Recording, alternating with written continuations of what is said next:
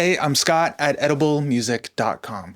If you're just getting started working on music in your home studio, then there are a few things that I want to advise you to really practice and work on that will help you to not only sort of streamline and make your workflow easier, but in doing so, in making that workflow easier, it will help you to focus much more of your energy on being creative and making music.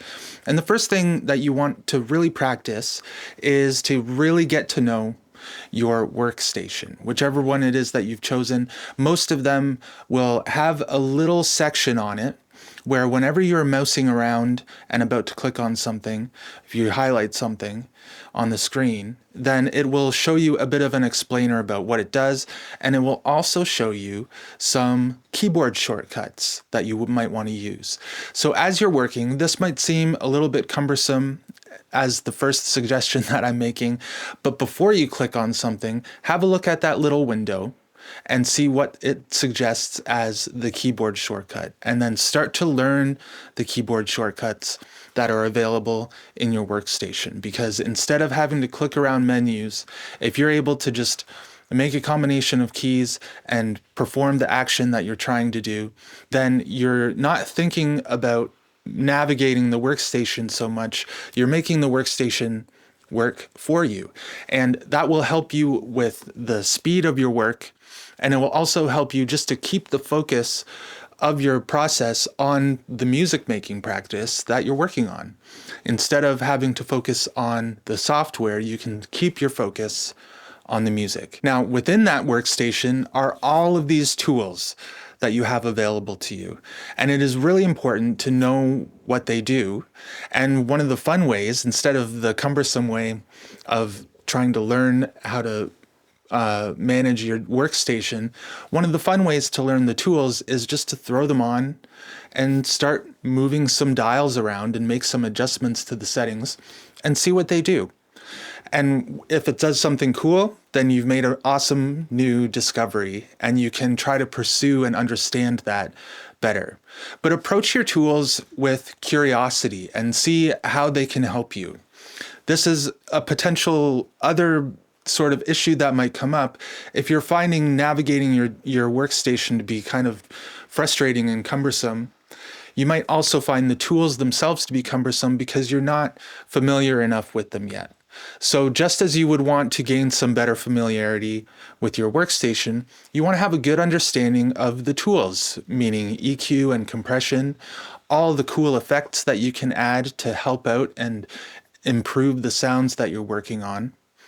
You want to have a good sense of how the routing in your workstation functions so that you can place the tools in the optimal spots. If you are working on a vocal, then you might want to send it to a reverb track. You will want to know how to actually do that, and then to make the adjustments to this tool, to this reverb effect, to make sure, again, that it is working for you and that it's not becoming an obstruction to accomplishing the song that you want to work on. And the third one is, this is a fun one, is just listen to music, especially if you've just gotten new headphones or if you've gotten new monitors. Your ears are not yet accustomed to that. I've been working on the same ones for, honestly, I think almost 20 years, maybe more than 20 years, and I know how they sound very precisely. I've been listening to music on them for that long, and I've been making music on them for that long. So it's really easy for me to have an understanding, if I'm working on a mix, whether or not it is comparable to a song that I would listen to. Now, one of the ways that you can do this is by making sure that you're always listening at the same volume as you would when you're working on your music, so that if you have a particular level set, then you can hear how the drums, the forcefulness of the drums works. You can hear how present the vocal is and what the frequency response is at the higher frequencies, at the height of the mix. Then you can really get a sense of how to work on your own mixes in the same way. It's almost like developing a muscle memory where you will have this knowledge sort of ingrained in you about what good music sounds like on the system that you're working on.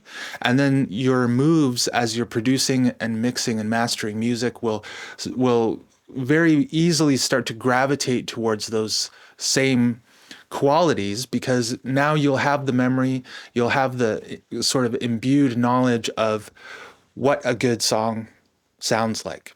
So listen to a lot of music and listen to it at the same level as you will when you're working on music as well. The last thing that I want to suggest is getting back into the workstation is having a great sense of organization.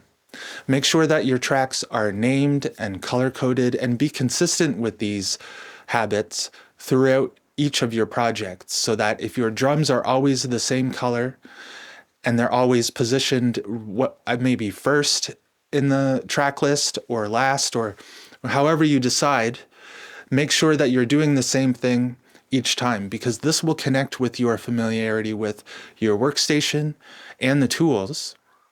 And you won't have to click around and navigate things and look for things, which will take your focus away from the music that you're working on.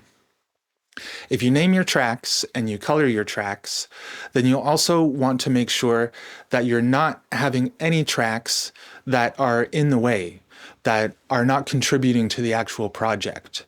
So if you have a project where you have a bunch of tracks that aren't actually playing, they're not actually on, and they're not part of the orchestration or arrangement of the song, then they're sort of taking up some space that is going to be distracting from the actual tracks that you want to be working on, because these ones aren't really doing anything. They're just in the way. They're just hanging out, and they're not helping out the song, and they're not helping out your work process either. If you get a really clear sense of organization and you make sure that you're consistent through it, both in the color coding and the names, and also about which send return channels that you're using. If you use the same send and return channels all the time, then you'll be able to send a track to the reverb that you have set on it, especially if you have it even more specified to being a vocal reverb or an instrument reverb. Then you can know, okay, send channel 1 is always for vocals, send channel 2 is always for instruments such as keys or guitars, and then you won't have to make a new track and think about whether or not it should be used for which instrument or which part of the song, and whether it should be this color to match whatever color happens to be the track in this project. If you're consistent the whole way through, it will make everything so much smoother. So a lot of this has to do with gaining familiarity and with making your process easier. When you gain some familiarity with the tools, with the program that you're working on, and with the equipment that you're using, then it helps to remove some of the lack of confidence that you might have that can creep in and encroach upon the creative and productive wishes that you have for your music. You'll be able to just work more directly and not be distracted by the things that you might feel unsure about, or having to work out a little hiccup that might occur in your workstation. Those kinds of things will be avoided, and you'll just be able to focus on your music.